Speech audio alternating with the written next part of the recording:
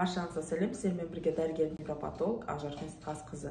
Бүгін сіздермен баланың омыртқасы не үшін ауырады, омыртқа ауруларының себебі неде және оның алдын алу үшін не істейміз, осы туралы сөйлесетін боламыз. Алдымен мен каналыма тіркеліп, подписаться деген батырманы басып, уведомление деген значокты басып, маған каналда активті болып комментариялар жазуды ұмытпай отырамыз. Ал енді омыртқа аурулары туралы сөйлесейік.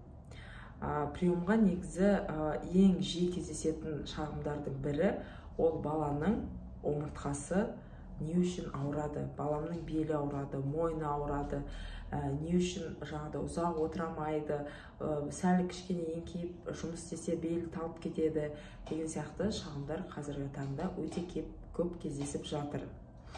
Енді бұл негізі аурулардың барлығы омыртқа жаңағыда ауруларына жатады. Бізде омыртқамыз негізі мойын омыртқасынан, кеуде омыртқасынан және бел омыртқасынан тұрады. 8 көз және құймышақ оған қосымша.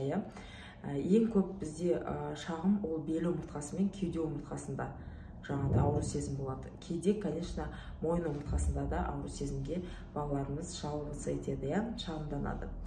Енді бұл омыртқалардың негізі ауруының себебі ол бұл жерде омыртқалардың питаниясы бұзылған, яғни омыртқаларда қан айналым дұрыс болмағаннан кейін омыртқа аурулары пайда болады. Қан айналым қалай дұрыс болмайды? Яғни біздің омыртқамыз қимыл қозғалысы жақсы көреді. Егер қимыл қозғалыс аз болатын болса, бізде омыртқаларда проблемалар басталады. Не үшін? Өйткені бізде омыртқалар ортасында дисктер болады. Ол дисктардың ортасында ондай қатты үлкен қан айналым жоқ. Бұл дисктарымыз бізде бұлшықет арқылы, жаңағыдай бұлшықеттен қоректік заттарды өзіне қарата сіңіру арқылы жаңағыдай қоректік заттарды алып отырады. Ал егер баланың бұлшықеттері әлсіз болатын болса, әрине бұл жерде омыртқасында жаңағыда қан айналым дұрыс болмайды, қоректік заттар дұрыс түспейді дисктарға. Сондықтан дисктарда өзгерістер пайда бола бастайды. Қазіргі таңда 7-8-9 жаста балаларда уже протрузия анықталып жатыр. Протрузия дегеніміз ол омыртқаның ортасындағы дисктер жұлынға қарата ақырын шыға бастайды.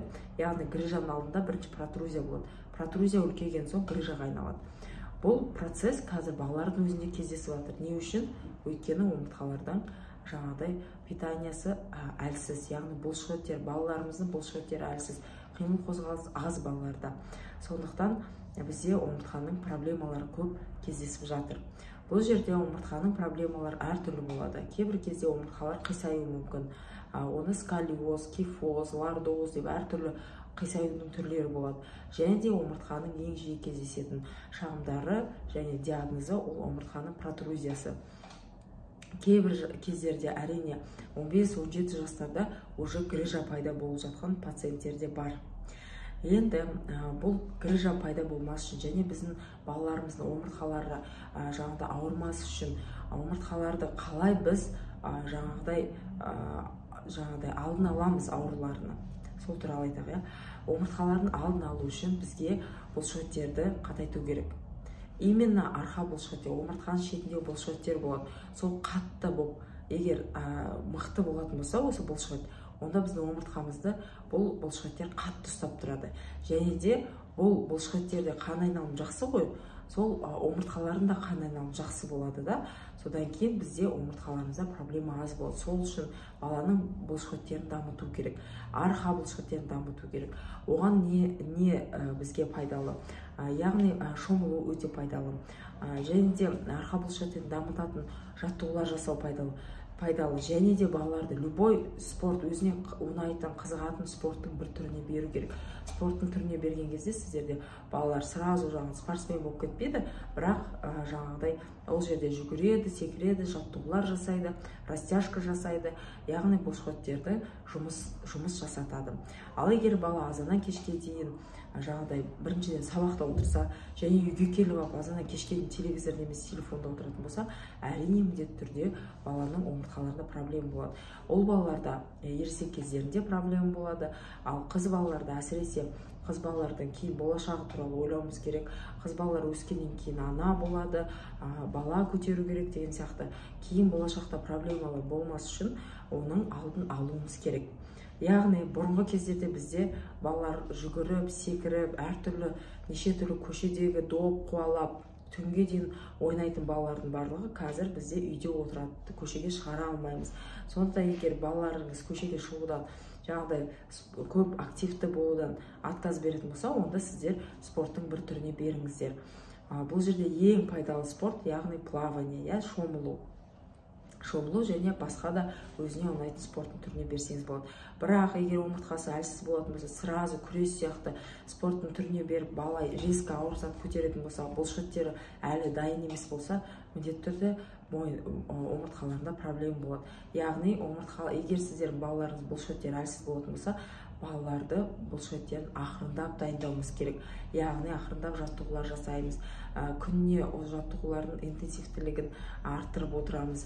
Және де баланың жаңағыдай омыртқасына көп нагрузка түспегенін қадағалаймыз. Яғни кейде балалар бір-бірін көтеріп жатады, немесе өзінен салмағы ауыр заттарды көтеруі мүмкін. Сол үшін сондай заттардың алдын алып отыруымыз керек.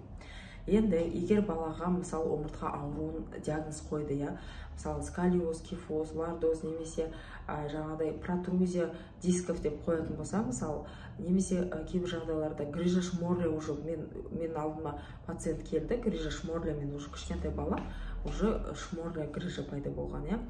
Бұл грижалардың түрлерін жаңағыдай ары қарата асқынып кетпес үшін, протрузияға ары қарата грижаның размері үлкейіп кетпес үшін сіздер омыртқалардың жаңағыдай жаттығуларын жасауларыңыз керек.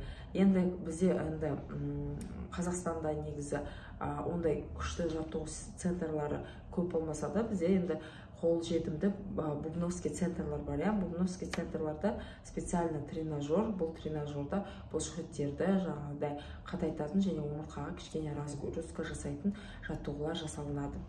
Бубновский центрға барсаңыздар болады, немесе жаңағыдай өз бетінше жаңағыдай жаттығулар жасаса болады. Бірақ жаттығуларды әртүрлі интернеттен дәрігерлердің емес басқа бір жаңағыдай зерттелмеген бір жаттығулары болатын болса, ол жаттығуларды лишний раз жасамаған дұрыс. Өйткені точно дозировкасын және жаттығудың қандай түрлерін дәрігер сіздерге өзі тағайындауы керек. Сондықтан бұл жаттығуларды жаңағыдай алдымен біліп алып, яғни дәрігердің маманмен келісіп, содан кейін ғана бастағандарыңыз дұрыс. Енді егер омыртқа ауруы сізге диагноз қойылатын болса, мысалы дорсопатия поясничного отдела или шейного отдела позвоночника деп сізге диагноз қоятын болса, онда бірінші қабынуға қарсы препараттар беріледі балаларға, одан кейін барып спазмды басатын дәрі-дәрмектер беріледі, миорелаксанттар деп аталады.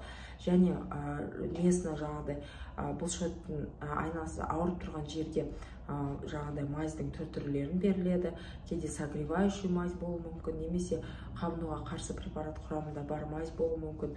Сондай майздар шақса болады. Және балаларға ине салуға да болады. Егер бала қарсы болмаса және де бала қорықпайтын болса, иглотерапияда негізі триггерные точка деген болады. Яғни бұлшықет спазмдар, соларды басу үшін қолдансаңыздар болады. Және де массаж жасаса болады. Егер жақсы массаж болатын болса, ол да омыртқаның тұсындағы проблемаларды, триггерлік точкаларды отрабатывать ету арқылы бұлшықеттердің спазмдарын басып, және де қан айналымды жақсартып, омыртқалардың жаңағыдай проблемаларын азайтуға болады. Және де балаларға физиопроцедураларда жасауға болады. Физиопроцедуралар өте көп, түрлері көп, оны дәрігер сіздерге тағайындайды. Қандай тоқтарды алсаңыздар болады балаға. Енді основной қабынуға қарсы препарат, миорелаксанттар, майздар жағасты ине салсаңыздар болады. Физиопроцедуралар жаса. Осы 5 методиканы қолданып көріңіздер. Егер ауыр сезім қайтатын болса, дальше сіздер реабилитациялық жаттығулар жасайсыздар. Жаттығуларды дәрігермен бірге кеңесіп жасап отыруларыңыз керек. Енді бұл аурулардың профилактикасы алдында жоғарыда айтып өткендей, қимыл қозғалыс көп болған сайын баланың омыртқасы көп ауырмайды. Сондықтан балаларыңыз активті болсын, және өздеріңіз де балаларға жаңағыдай пример болу үшін өздеріңіз де активті болып, өздеріңіз де спортпен шұғылданыңыздар. Сол кезде балалардың да ынтасы артып, олар да спортқа қызығушылықтары оянады. Сондықтан балалардың омыртқаларын сақтаймын десеңіздер, спортпен өздеріңіз де балаларыңыз да айналыссын. Балаларыңыз ауырмасын. Егер бұл видео сіздерге пайдалы болатын болса, онда астына комментарияға жаза кетіңіздер.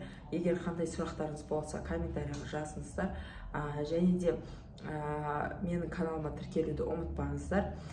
Бұл видео пайдалы болып болса, басқа да омыртқалар ауыратын балаларға немесе ата-аналарына жіберсеңіздер болады. Сотовый гаджеттерді азайтып, көбірек қимыл қозғалыста болайық. Өздеріңіз де балаларыңыз ауырмасын. Сіздермен бірге болған дәрігер-невропатолог Ажархан Исқасқызы.